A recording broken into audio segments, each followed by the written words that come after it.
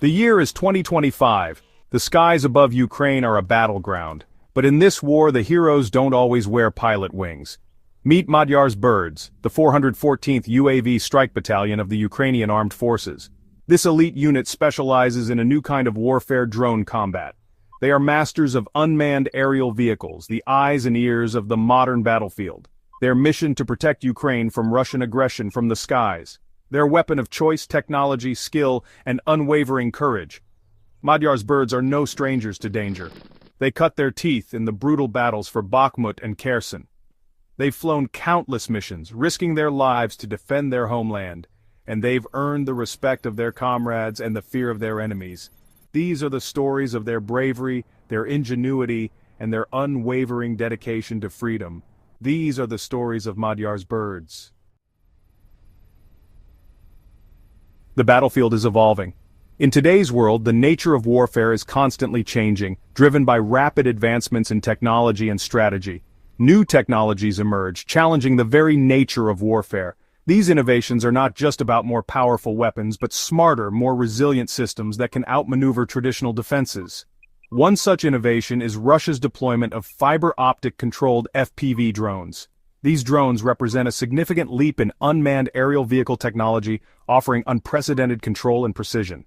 These unmanned aerial vehicles, often armed with RPG warheads, pose a unique threat to Ukrainian forces. Their ability to deliver powerful payloads with pinpoint accuracy makes them a formidable weapon on the battlefield. Unlike traditional drones, which rely on radio signals for control, these new weapons are tethered to their operators by a physical fiber-optic cable. This direct connection ensures a stable and secure communication link even in the most challenging environments. This seemingly simple modification has profound implications. It not only enhances the drone's operational range but also significantly reduces the risk of signal interference or loss. It renders them virtually immune to electronic warfare tactics like jamming, which disrupt radio communication. This immunity allows them to operate in contested environments where traditional drones would fail. This makes them a formidable adversary in the skies.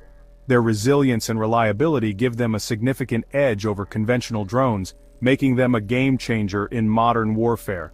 The arrival of these invulnerable drones on the battlefield marked a turning point in the conflict. Their presence forced both sides to rethink their strategies and adapt to this new reality.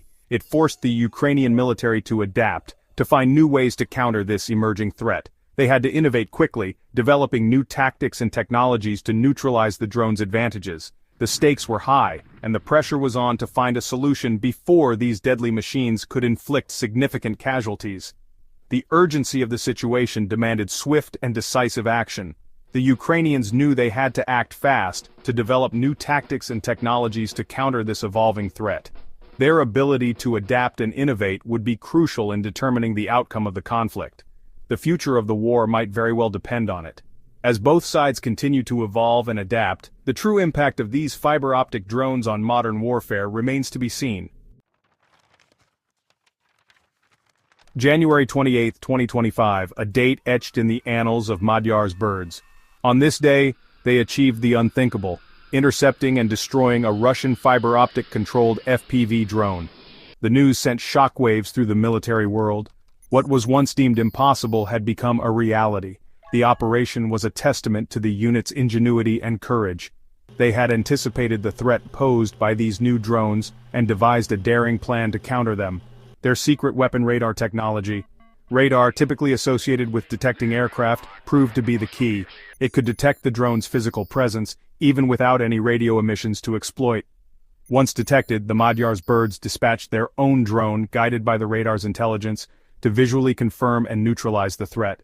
This victory was a turning point in the drone war. It proved that even the most advanced weapons are not invincible.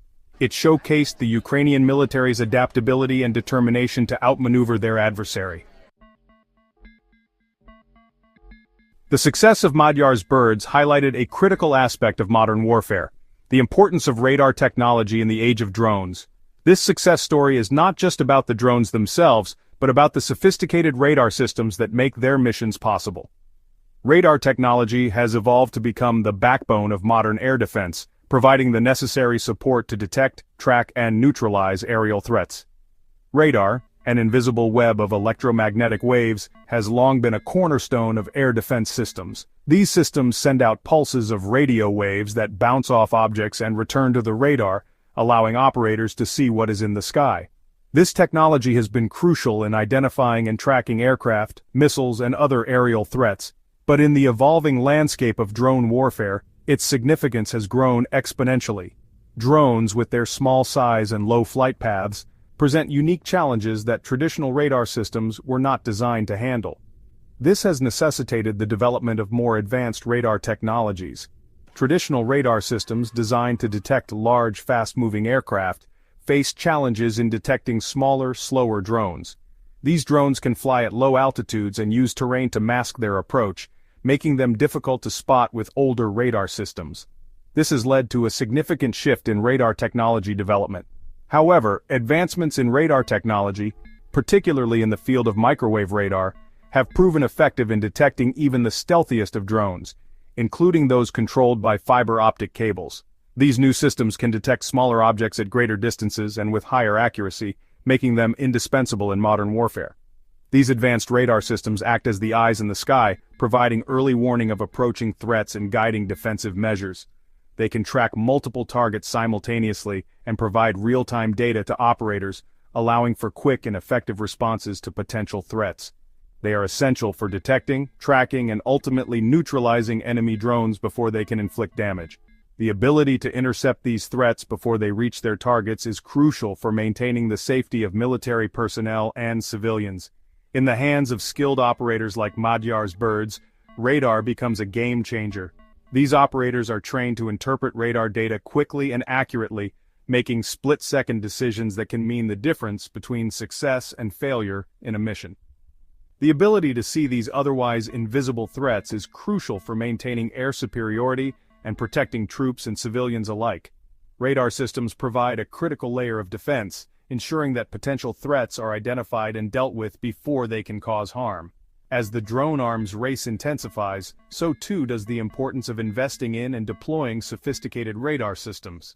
These investments are not just about keeping up with technological advancements but about staying ahead of potential threats. The future of warfare will undoubtedly rely heavily on the continued development and deployment of advanced radar technologies. Section 5. Brovdy's Call to Action, Strengthening Ukraine's Radar Shield. Following the successful interception, Commander Robert Brovdy, the visionary leader of Modyar's birds, issued a clarion call to action. His voice resonated with urgency and determination, echoing through the ranks of soldiers and officers alike. Recognizing the growing threat posed by fiber optic-controlled drones, he stressed the urgent need to bolster Ukraine's radar defenses along the front lines. These drones, often elusive and difficult to detect, represented a new kind of warfare that required advanced technological solutions. Brovdy proposed a strategic deployment of mobile radar units every 2 to 4 kilometers, creating a comprehensive and overlapping radar shield. This network would act as an invisible barrier, meticulously scanning the skies for any signs of enemy activity. This approach, he argued, would enhance their ability to detect even the smallest and slowest drones, regardless of their control mechanisms. The precision and reliability of these radar systems would be crucial in identifying threats before they could cause harm. His recommendations were not merely tactical, they were a matter of national security. The stakes were high, and the need for a robust radar network was more pressing than ever. Brovdy understood that a robust radar network was no longer optional, it was essential for Ukraine's survival. The ability to detect and neutralize threats in real time could mean the difference between victory and defeat. He knew that investing in these technologies would save countless lives and bolster their defenses against Russian aggression. The radar shield would serve as a guardian, protecting both military personnel and civilians from the dangers that loomed overhead. His call to action was a plea for resources, for investment in the technologies that would safeguard Ukraine's future. It was a call for unity and collective effort, urging everyone to contribute to the nation's defense. It was a reminder that the war was far from over, and that new challenges demanded innovative solutions. The path ahead was fraught with difficulties, but with determination and the right tools, Ukraine could stand resilient against any threat. The conflict in Ukraine has seen a significant escalation in the use of drones. Both sides have been rapidly developing and deploying unmanned aerial vehicles to gain an edge on the battlefield. This arms race has led to innovations and tactics that were previously unseen in modern warfare. As each side tries to outdo the other, the skies over Ukraine have become a testing ground for the latest in drone technology. Faced with limited resources, Ukraine has taken a remarkably resourceful approach to drone warfare. They have repurposed commercial drones for military use, turning everyday technology into powerful tools of war. From reconnaissance missions to targeted strikes, these modified drones have proven to be highly effective. It's a testament to Ukraine's ingenuity and determination in the face of adversity. Modyar's birds, a notable drone unit, has provided invaluable lessons in the field of drone warfare. Their experiences have highlighted the importance of adaptability and innovation. By learning from their successes and challenges, other units have been able to refine their own strategies and improve their operational effectiveness. The insights gained from Modyar's birds continue to shape the future of drone combat. The legacy of Modyar's birds extends far beyond their immediate contributions on the battlefield. Their pioneering efforts have set new standards for drone operations and have inspired countless others to follow in their footsteps. As we look to the future, the impact of Modyar's birds will undoubtedly continue to influence the evolution of drone warfare for years to come. I see the situation at the end of the war very simply. It's like Modyar, I think, who was awarded the Hero of Ukraine title today, said, "The war will end, and I'm packing my bags and leaving." But there are people, I know a whole category of people, who tell me, we'll see this war through to the end, to victory there, to everything there, how it ends. The borders open, we take our suitcases, our families, everything, we want nothing to do with it. We're completely disillusioned. We'll pay our debt to the country, we'll defend it, we'll see it through to a ceasefire and so on, and then goodbye. It's not like we're saying, like Vereshchuk and everyone else, that we'll involve people, that they'll come, return, and so on, and then they'll leave if you don't create the conditions. Many people don't like it when I quote Lukin. He said that if you lead a country poorly, all the people will leave.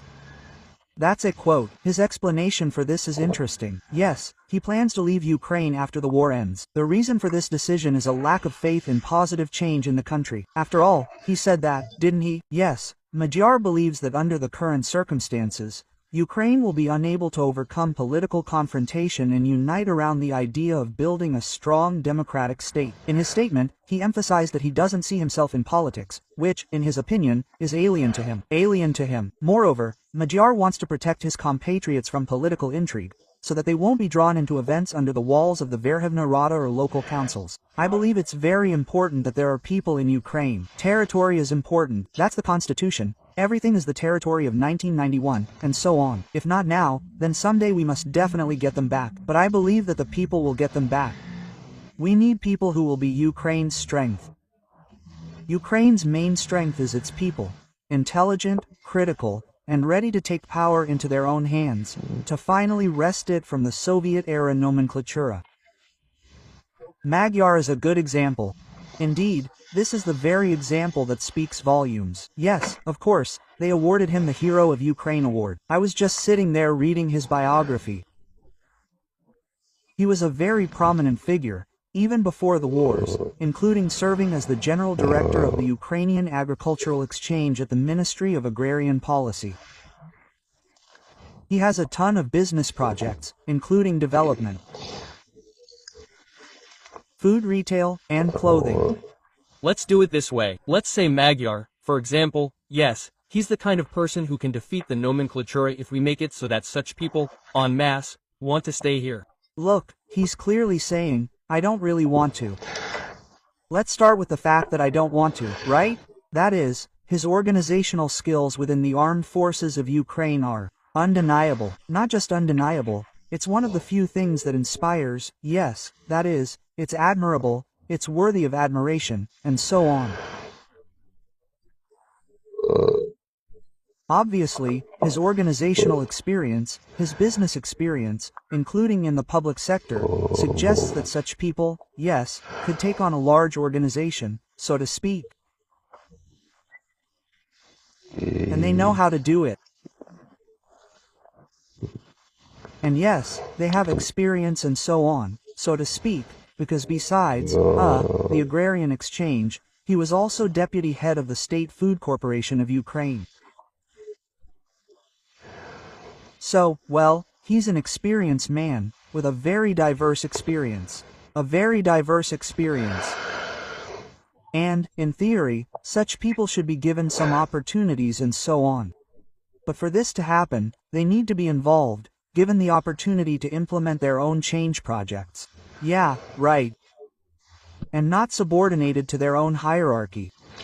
But that's what the nomenklatura does. She takes such a person, she subjugates him, prostitutes him, forces him to serve her, turns him into a prostitute. Then he says, okay, I can't do this anymore, I don't want to do anything at all. I went with my abilities. When I cross the Ukrainian border to the west, for example, I will have a completely different perspective on life. Maybe I will support Ukraine financially, but I am not ready to participate in this building of statehood. Moreover, I will also take with me an entire organization of people like me, a brother. Well, yes, in order not to taint them with what will happen. Well, like even he sees this, that I will save them.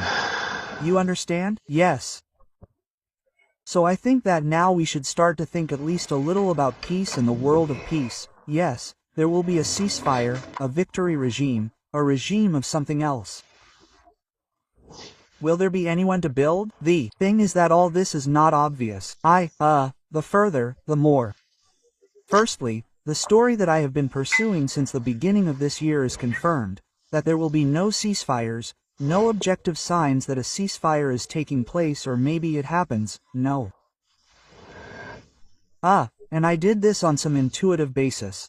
Why? You know why? How? No, I'm not talking on intuitive grounds. But how do we rationalize, right?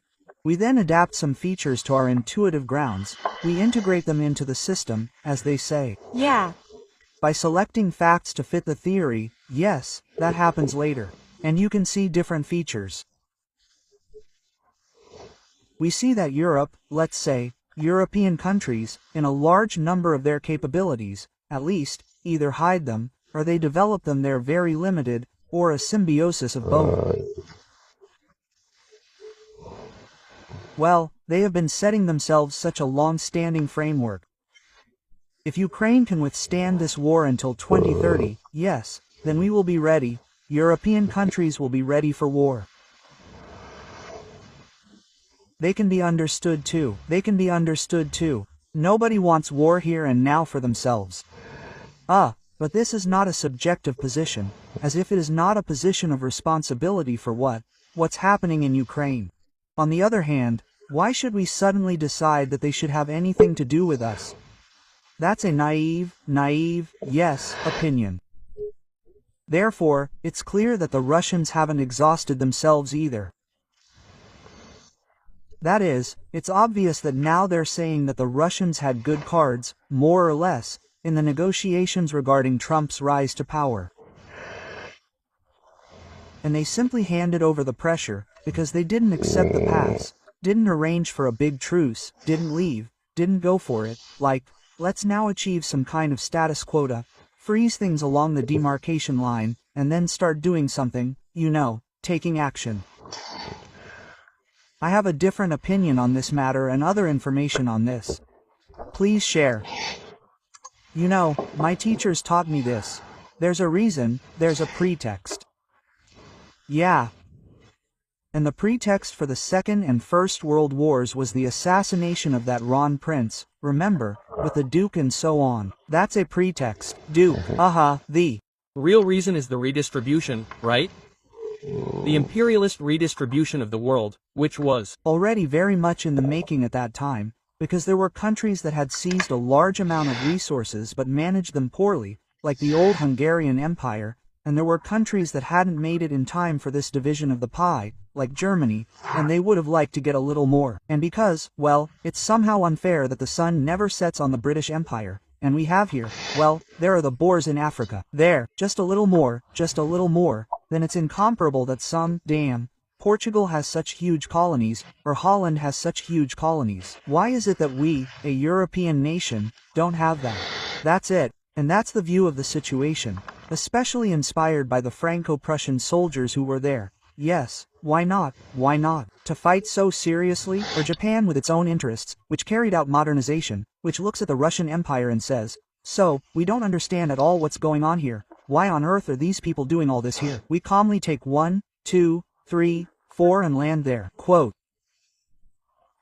They didn't limit themselves to Port Arthur, they also went on to capture Manchuria. All this, right? Why? We have the right. We have the opportunity. We will do all this. There are interests. There are real reasons for the war.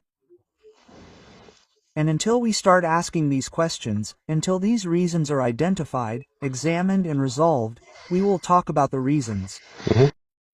This is a blow to the myth of Russia's great army. Modyar has proven that drones are the future. Just 2% of the Ukrainian army destroys a third of all enemy equipment. In 100 days, 76,000 targets and 18,000 Russian soldiers. The Russians are drowning in drones. And it will only get worse.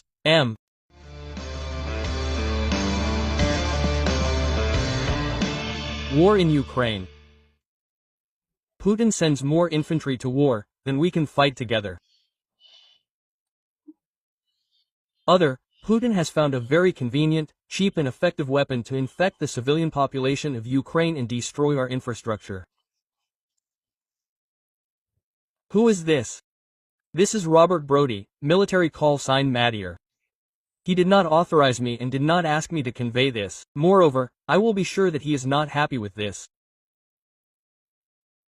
Nevertheless, I express my subjective point of view, and this is an illustration of the fact that in Ukraine there are leaders who have proven themselves to be amazing. I was simply shocked by the leadership qualities of the organization of processes, as they lead people as patriots of the homeland, who risk their lives at the front. That is, the fact that Zelensky's power will leave does not mean that a vacuum will emerge. Ukraine has talented leaders who have proven themselves at the front, in organizing the front. So, where is Modyar speaking now? He is in Europe, he is meeting with European leaders. And he is telling, as he said, as he just told them, the black and white truth. I cut it out partially, it is hard to watch, because he says a sentence, his translator translates the sentence into English. Accordingly, I cut out the English translations, you do not need them. And I left his Ukrainian speech as subtitles, where he speaks about very important and clear things.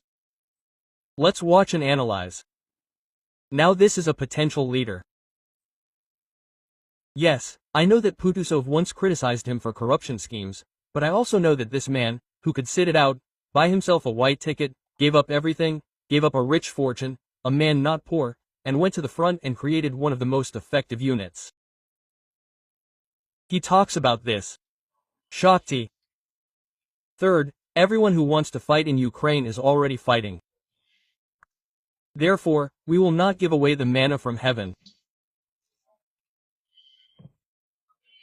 We know what to work with here and we will work on the best blood for additional support of partners.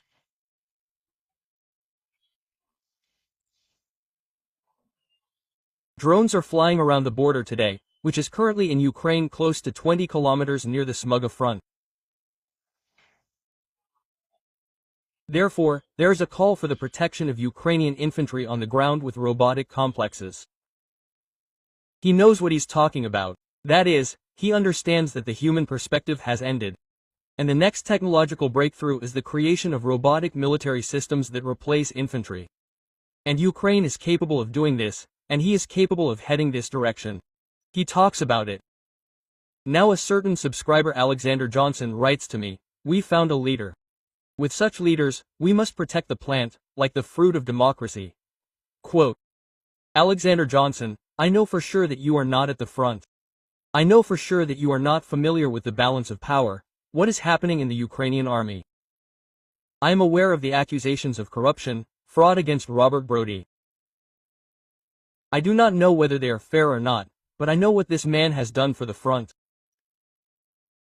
And I know that he risks his life every day. They are hunting him. That is, this is a man who risks his life with his presence, his effectiveness, which cannot be said, say, about most other Ukrainian leaders who are not at the front. I know his organizational skills, that is, a talented natural organizer. Can he be the president of the country? Unlikely, but this is a man who can create the future Ukraine and take on all the logistics that are needed for the front. Our experience will be invaluable for the entire world, because any country can face such a prospect.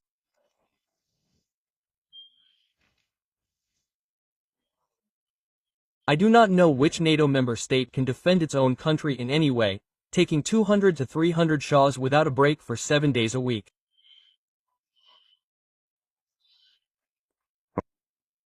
So what is he talking about?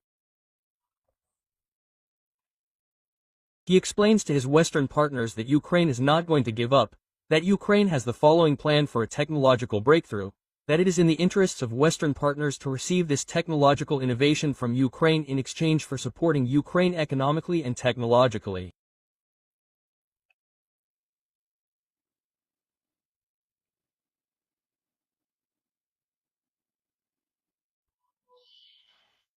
Therefore, your national security requires an operational review. Last time I visited one of the military bases of one of the NATO members. They showed me such an organized military facility with a lot of technology. Similar to color. They fed me, so I think I was driven by the one who got sick. My confession didn't calm them down at all. Not coming any closer, less than 10 kilometers before the place, the destruction of the Ukrainian pilots in 15 weeks transformed the whole place.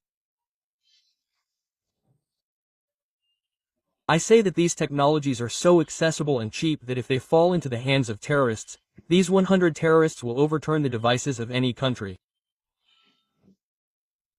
That is why our struggle with you, our strong struggle with our partners. That is, he is IMS, Western partners have great respect for him. This is the unpolished Reznikov and the unpolished Umirov.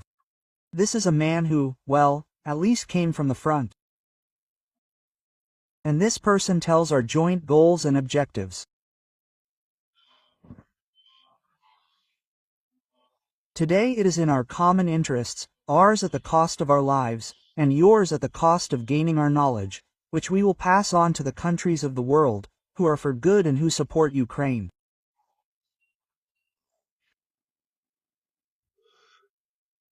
This is what Zelensky should have done from the very beginning.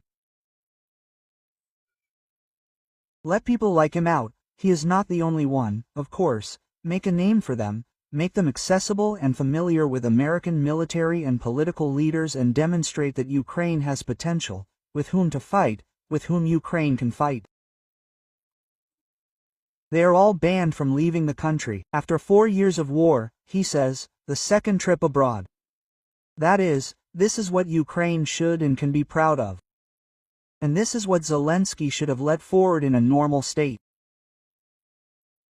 Well, he won't do that, because Yermak is afraid of these natural-born leaders, because they certainly represent political competition for him, Yermak, and Zelensky. That is, Yermak and Zelensky put their personal interests above the political interests of their country. He is not alone. He is far from alone.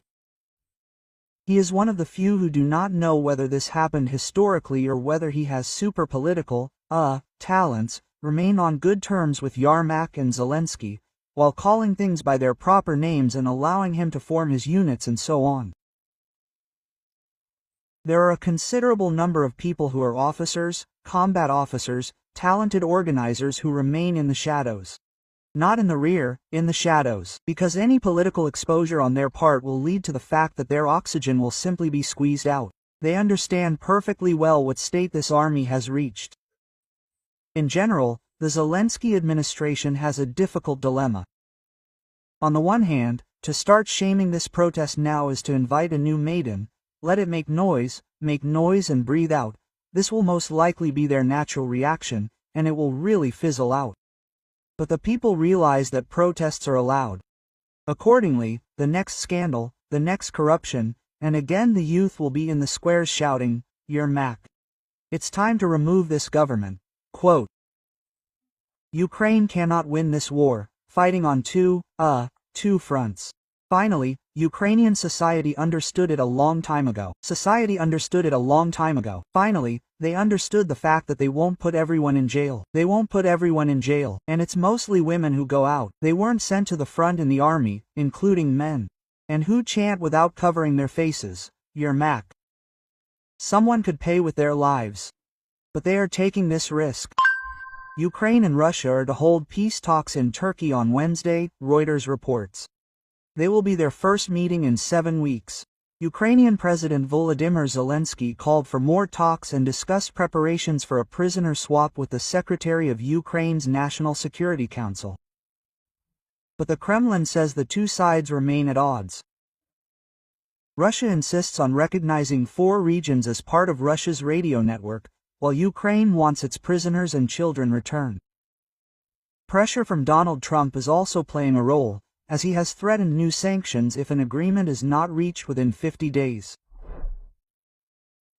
Thanks for watching part of our morning news on Coffee with Lubarsky. To watch the full episode, click below on the right. To subscribe, click above. See you in the next episode.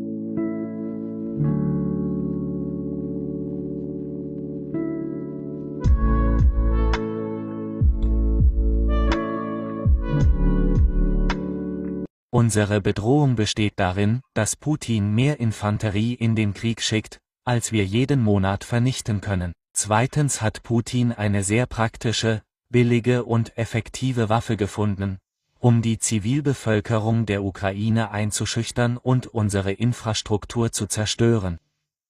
Das nennt sich, wer ist das? Das ist Robert Brody, militärisches Rufzeichen Modyar. Er vertraute mir nichts an, noch bat er mich darum. Außerdem bin ich mir ziemlich sicher, dass er darüber nicht erfreut wäre. Dennoch drücke ich meine subjektive Meinung aus. Dies ist ein Beispiel dafür, dass die Ukraine über Führungskräfte verfügt, die bewiesen haben, dass sie über erstaunliche Führungsqualitäten verfügen. Ich bin wirklich beeindruckt, vor allem, was die Organisation von Prozessen und die Inspiration von Menschen angeht, Patrioten ihres Heimatlandes, die ihr Leben an der Front riskieren. Mit anderen Worten, der Sturz von Salinskys Regierung würde kein Vakuum schaffen. Die Ukraine hat Führungskräfte, die sich an der Front und bei der Organisation von Fronteinsätzen bewährt haben, außergewöhnlich talentierte Führungskräfte. Wo spricht Modyar jetzt? Er ist in Europa. Er trifft sich mit europäischen Staats- und Regierungschefs und sagt ihnen, wie er gerade sagte, die Wahrheit in Schwarz und Weiß. Ich habe das Video etwas bearbeitet. Es ist schwer anzusehen, weil er einen Satz spricht und der Übersetzer ihn dann auf Englisch wiederholt. Daher habe ich die englischen Übersetzungen herausgeschnitten, da ihr sie nicht braucht. Ich habe die ukrainische Rede mit Untertiteln beibehalten, in der er über sehr wichtige und klare Dinge spricht. Lasst es uns ansehen und analysieren. Das ist ein potenzieller Anführer. Ja, ich weiß, dass Putin ihn irgendwann wegen Korruptionsmaschen kritisiert hat, aber ich weiß auch, dass dies jemand ist, der hätte zurückbleiben, sich eine medizinische Ausnahmegenehmigung kaufen und an seinem Vermögen festhalten können. Er ist kein armer Mann, sondern er hat alles aufgegeben und ist an die Front gegangen, wo er eine der effektivsten Militäreinheiten aufgebaut hat, und darüber spricht er. Shahed drittens. Jeder, der in der Ukraine kämpfen wollte, kämpft bereits. Deshalb zählen wir nicht auf Mana vom Himmel. Aber wir wissen, was zu tun ist, und wir tun es auf der Grundlage unserer eigenen Erfahrung, mit unserem eigenen Blut und mit der Unterstützung von Partnern. Drohnen schaffen heute eine Todeszone, die sich derzeit in der Ukraine auf etwa 20 Kilometer um die Frontlinie erstreckt. Daher besteht die nächste Herausforderung darin, die ukrainische Infanterie zu ersetzen. Er weiß, wovon er spricht. Er weiß, dass die Phase der Gefährdung von Menschenleben zu Ende ist. Und der nächste technologische Durchbruch ist die Entwicklung von Roboter-Militärsystemen, um die Infanterie zu ersetzen. Und die Ukraine ist dazu in der Lage, und er ist in der Lage, diese Richtung vorzugeben. Er spricht darüber. Nun hat mir ein Abonnent namens Alexander Johnson geschrieben.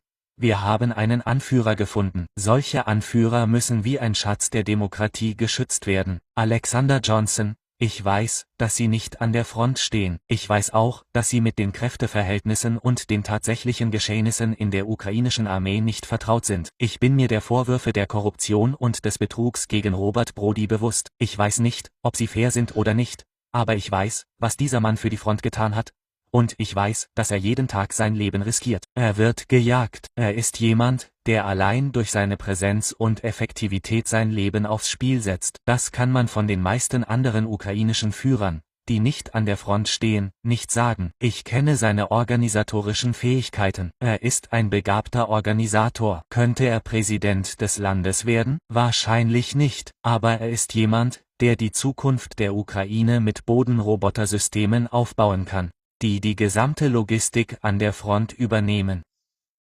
Unsere Erfahrung ist für die ganze Welt unschätzbar, denn jedes Land könnte betroffen sein.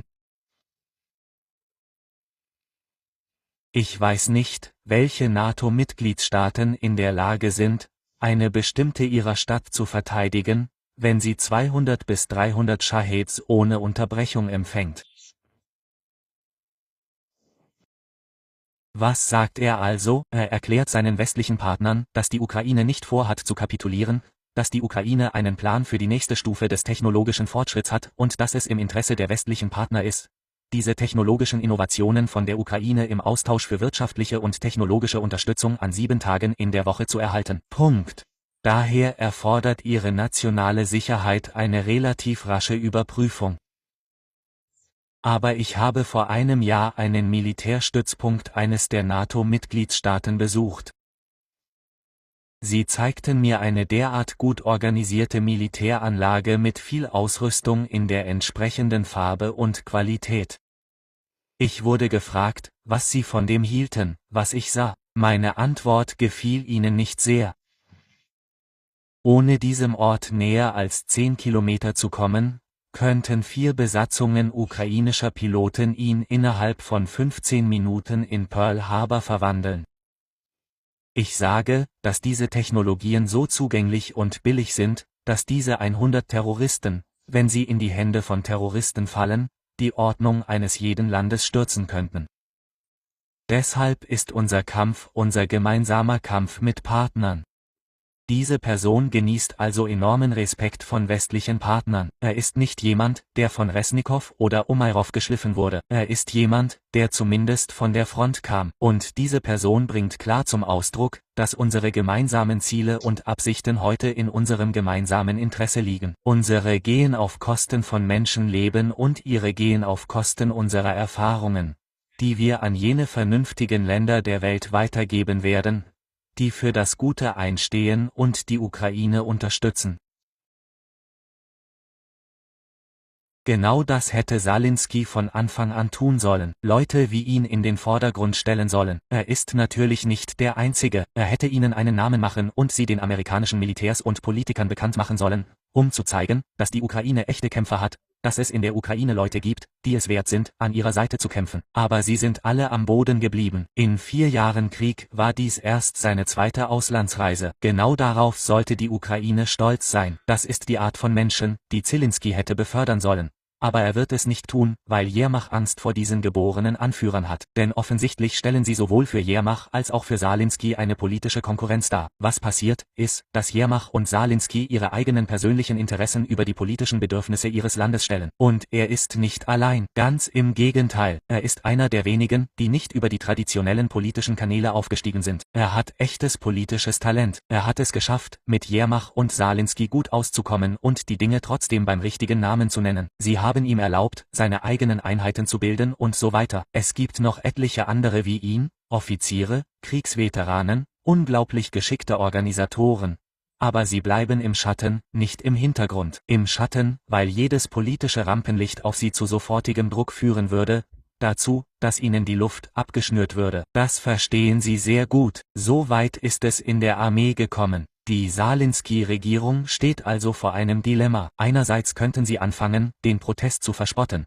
Aber das würde eine heftige Reaktion von jemandem wie diesem Typen provozieren. Oder sie könnten ihn schreien lassen: Lasst den Lärm vorübergehen und wartet, bis er ausgebrannt ist. Das wird wahrscheinlich ihre instinktive Reaktion sein. Und ja, vielleicht wird er ausbrennen. Aber die Menschen haben jetzt verstanden, dass Proteste erlaubt sind. Also, der nächste Skandal, der nächste Korruptionsfall. Und wieder werden die jungen Leute auf die Straße gehen und schreien: Scheiß auf deinen Arsch. Es ist Zeit, diese Regierung loszuwerden. Die Ukraine gewinnt diesen Zwei-Fronten-Krieg nicht. Die ukrainische Gesellschaft weiß das schon seit einiger Zeit. Und jetzt ist es auch den Behörden endlich klar, sie können nicht jeden einsperren. Die meisten Demonstranten sind Frauen, die werden nicht an die Front geschickt, aber es gibt auch Männer, die Fuck your MAK skandieren, ohne auch nur ihr Gesicht zu verdecken. Manche werden das vielleicht mit ihrem Leben bezahlen, aber sie sind bereit, dieses Risiko einzugehen. Vielen Dank, dass ihr einen Teil unserer Morgennachrichtensendung auf dem Kanal von Sergei Luboski geschaut habt. Um die ganze Folge zu sehen, klickt unten rechts. Um den Kanal zu abonnieren, klickt oben. Wir sehen uns in den nächsten Folgen.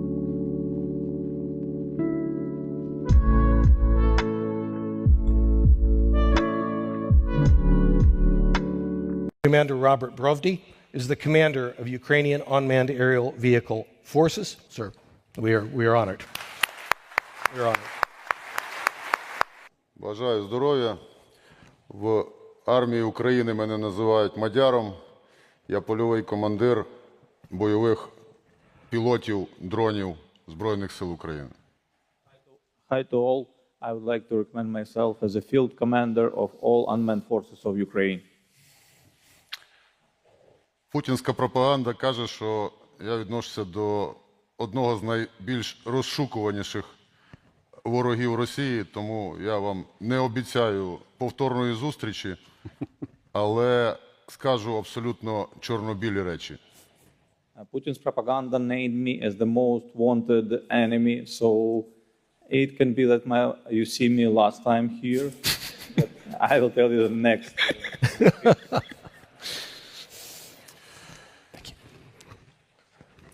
Сьогодні я об'єдную 12 підрозділів пілотів. Nowadays I'm running and commanding over 12 military units of pilots. 95% з них – це люди цивільні до початку війни. Це 95. бізнесмени, це спортсмени, це юристи, це співаки, це хто завгодно, але не військові люди. 95%. 95% of personnel in my brigades under my command is civilian people in regional life. This is singers, DJs, artists, and other people, but none of them was doing military service before. 95%. Загальна наша чисельність складає 2% від всієї армії України. Our overall percentage of the Ukrainian army is only 2%. Ми знищуємо одного з 3 одиниць живої сили ворога і одну з кожних 3 ворожих цілей. But we kill every third enemy personnel and every fourth strike on the battlefield. Путін, що обіцяв захопити нас за 3 дні, 3,5 роки, навчив нас захищати свою батьківщину, своїх дітей, свою землю. Putin, who was trying to conquer us in 3 days, give us a lesson how to defend ourselves for almost 4 years, defending our land, our children, and our civilian people. Абсолютно очевидно, що ми не бачимо ніякого закінчення війни. Ні завтра, ні через місяць, ні, ймовірно, у цьому році. We should also understand that we cannot expect end of the war, not tomorrow, not after tomorrow, in 1 day, in 1 week, 1 month, or even more. Тому ми абсолютно прагматично вираховуємо своє майбутнє і бачимо найбільші загрози, котрі стосуватимуться, якщо не зупиниться ця війна, великої кількості країн, котрі будуть тягнуті в подальшому цю війну. So we should be pragmatically understanding that if it will not go on pause for next moments, a lot of countries can join this war also. Перша загроза – це Путін направляє на війну більше піхоти, ніж ми можемо щомісяця знищити. Nowadays, the biggest threat is Putin sending more personnel to the battlefield that we can kill as of now. Це перший виклик і This основний. is the first challenge. Друге, Путін знайшов дуже зручну, дешеву і ефективну зброю залякування населення цивільного України і знищення нашої інфраструктури. Назва її «Шахед». Second, Putin has found the best cost ratio solution for threatening civilians. It's called Shahed. It's also damaging our infrastructure a lot. Третє, всі, хто хотів в Україні воювати, уже воює. The third challenge is everyone who would like to join Ukrainian army he is already joined it and he is already on the battlefield. Тому ми не розраховуємо на манну небесну з неба. So she would not expect more civilians join army in next months. Але ми знаємо, що з цим робити, і робимо це на власному досвіді, на власній крові, за допомогою підтримки партнерів. But we know what to do on the battlefield, and thanks to the partners who support us, and with this support we can go further. Вже не залишилося такого танка у світі, котрий не зупиняється від ураження дроном вартістю $300-400. Не існує такого танка. You should understand that you cannot find a single tank in the world which can go against FPV drone which cost only $300-500. There is no such tanks who can go through it. Готовий прийняти будь-якого розміру парі, який би не був танк захищений, буде зупинений дроном, зробленим з українських компонентів. І тому я стверджую про те, що українські дрони на сьогоднішній день найкращі в світі. So if everyone would like to bet on this, I'm ready to do it. Tank against FPV. So that's why I'm fully sure that Ukrainian drones are the best one nowadays. Дрони створюють сьогодні кіл-зону, котра на даний момент в Україні становить близько 20 кілометрів навколо смуги фронту. Nowadays, drones creating a kill zone of up to 25 to 30 kilometers. Тому наступний виклик – це заміщення української піхоти на наземні роботизовані комплекси, що заберуть на себе всю логістику, що стосується смуги фронту. So other further step that we should exchange our infantry on the battlefield and all the logistics to ground-controlled unmanned systems. Третє – це багатошарова ешелонована стіна, значно вище китайської стіни, що зупинить в повітрі все, що летить в нашу сторону з дронів ударних та розвідувальних. Next step, we should build a China wall which will defend our borderline and will stop anything which is trying to go through it, either through the ground or through the air. І цю стіну ми сьогодні створюємо. And nowadays we are creating this wall. Адже коли Путін відпускав 100 шахедів по Україні, він обіцяв 500, і ми відносилися до цього дуже, як не до серйозної загрози. As you can remember, during the times we were receiving 100 shaheds per day, Putin was saying, hey, we will do 500, and we were laughing on this. Сьогодні нам взагалі не смішно, адже 400 відмітку ми вже перетнули. But nowadays, no laughing in the room, as we already gone over 400 per day average. Наш досвід буде безцінним для всього притомного світу, тому що будь-яку країну може очікувати саме така перспектива. You should also understand that our experience is super valuable for all of you here, as none of the country has this kind of experience nowadays. Я не знаю, яка з країн-членів НАТО спроможна захистити якесь конкретне своє місто, приймаючи 7 днів на тиждень хоча б по 200-300 шахедів без зупинки. Please answer me any city of the NATO countries who can defend himself during the 7 days in a row attack of Shaheds with 500 each day. Тому ваші національні безпеки вимагають досить оперативного перегляду. So your national security doctrines should be changed and upgraded. Я мало їжджу за кордоном, це мій другий візит, і завтра в цей час я вже буду на фронті. I'm visiting abroad countries very rare. This is only my second visit during the war. As you should understand that tomorrow I will be already on the battlefield. Але я побував рік тому на одній військовій базі одного з членів НАТО у Європі. But I would like to tell you a story that 1 year ago I was visiting NATO allies military base in Europe. Мені показали такий організований військовий об'єкт з купою техніки, відповідного кольору, відповідної якості. I was shown a really huge military base with a lot of techniques standing there and how it was defended and so on. Мене спитали, що я думаю з приводу того, що побачив. And the guys asked me, hey, what do you think about this base? Моя відповідь їх не дуже потішила. And they were not happy to hear my answer. Не підходячи ближче, ніж на 10 кілометрів до того місця, 4 розрахунки українських пілотів за 15 хвилин перетворили би це місце у Перл-Харбор. And I answered the following, that for my battle crews standing only 10 kilometers away from this base can destroy it fully in 15 minutes. It will look like a Pearl Harbor during the Second World War. Я це кажу не для того, щоб когось налякати. I'm here not to threaten you. Я кажу, що ці технології настільки доступні і дешеві, що якщо вони потраплять в руки терористів, тих 100 терористів переверне устрій будь-якої країни. You should remember that all these technology are so cheap and so easy taken. So if it will go to the terrorist hands, only 10 terrorists can change anything in your country.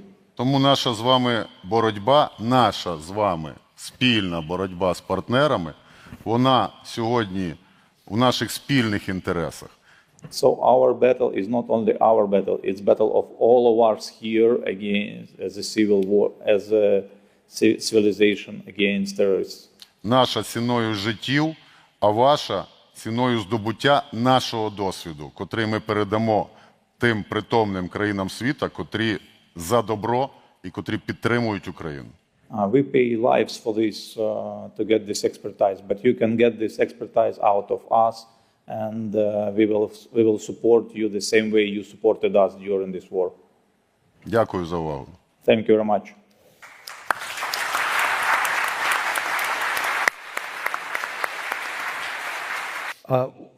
The minister spoke to the army of drones and the extraordinary success that the birds of Modyar have had as a result of the army of drones incentives.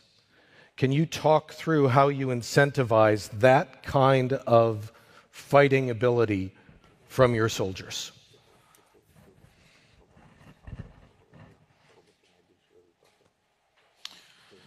Враховуючи, що ви обіцяли складні питання. You were saying it will be a hard question. As of now, it's still an easy one. Складним питанням Hard for us. It's hard for everyone else. It's easy for him. Окей. Питання успіх у площині людей. Людей мотивованих, людей, котрі добровільно стали на захист своєї батьківщини. Number one rule is the personnel we are inviting should be highly motivated, as these people come to us to defend their country voluntarily. Наступний крок – це реалізація побудови підрозділу, аналогічного побудові приватної компанії. Next step is organizing our military unit the same way if you're going to organize a business. Де кожен може дуже швидко вирости в ієрархії компанії, кожен може брати на себе цілі проекти, реалізовувати, відповідати за них і бути успішним.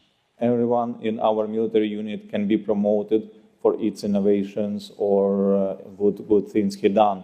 Also, everyone can take a project to run or command on. Бачите, яка у мене маленька зірочка. Я не отримував військової освіти, не будував військової кар'єри. Просто прийшли на війну. It's easy to see my only one star on my suit. It says that I was never doing a military service before 2022. So I came here not for doing military service, but... Мій побратим, котрий заступив командиром 414-ї бригади, котру ми разом побудували, він заступив на цю посаду у званні молодшого лейтенанта. I would like to underline that after I was promoted to the commander of unmanned system forces, my brother in arm got to run the brigade, and his rank is second lieutenant only. Але в мирному житті він тренував 2000 дітей. But in civil life, before the war, he was doing a training for Taekwondo for 2,000 children. А тепер він керує декількома тисячами військових, котрі знають свою справу. Nowadays, he is running 2,000 military personnel brigade. Системний підхід, компетентна мобілізація, компетентне забезпечення засобами, компетентне застосування. Ось основні 4 пункти успішності будь-якого військового юніту. So first of all, you should have the right people, the right equipment, the right tactics, and to run this in the proper way. All this will provide you the result. А дрони тільки тому, що дрони на сьогоднішній день є найбільш актуальною, сучасною зброєю. And when we come to drones, it's very easy. This is just an instrument in the hands of a soldier. And this is what we have now. Thank you, sir. Дякую. What do you want the audience to remember from this panel? And so a minute each, closing comments, please, Modyar. Мені для фінального слова не потрібно хвилину, я обіцяю в 20 секунд вкластися. I don't need a minute. I will take only 20 seconds. Сьогодні в Україні, українськими воїнами, за підтримки партнерів, пишеться сучасна світова доктрина застосування безпілотних систем. Nowadays, with Ukrainian soldier, we created a new modern warfare doctrine of unmanned system forces. І ця сучасна світова система в подальшому має лягти у системи ваших національних безпек. And this modern doctrine should jump into your national security systems. І тоді ви ніколи не будете мати перед собою найскладніше запитання, що відповісти своїм дітям та мамі, коли я повернуся додому. So in the future, you will not have hard questions from your children when your father will come back.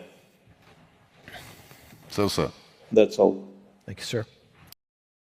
На кожні 5-6 тисяч знищених чи уражених унікальних ворожих цілей птахами Модяра щомісяця випадає у середньому лише 10 реактивних систем залпового вогню.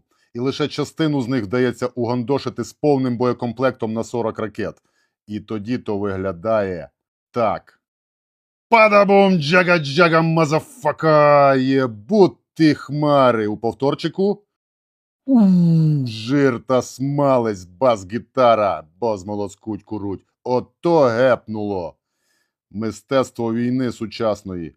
Полюй ти, інакше тебе. По дрону у кожну хробачу макітру.